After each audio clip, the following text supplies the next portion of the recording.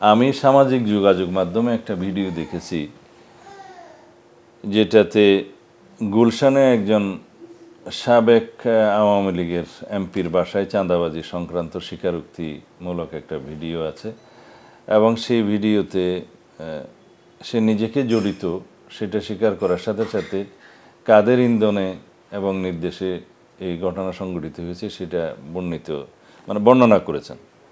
পরবর্তীতে আবার সে গ্রেফতার হয়েছে সেটাও দেখানো হলো।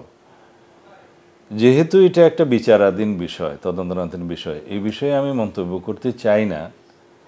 তবে জাতীয়ভাবে যে বিষয়টা উঠে এসছে, জনগণের মনে যে সন্দেহ উদ্রেক হয়েছে যে এখানে সরকারের কোনো উপদেষ্টা জড়িত আছে কিনা, সেইটি একটি প্রশ্ন উত্থাপিত হয়েছে। এটা অবশ্যই পরিষ্কার করা দরকার।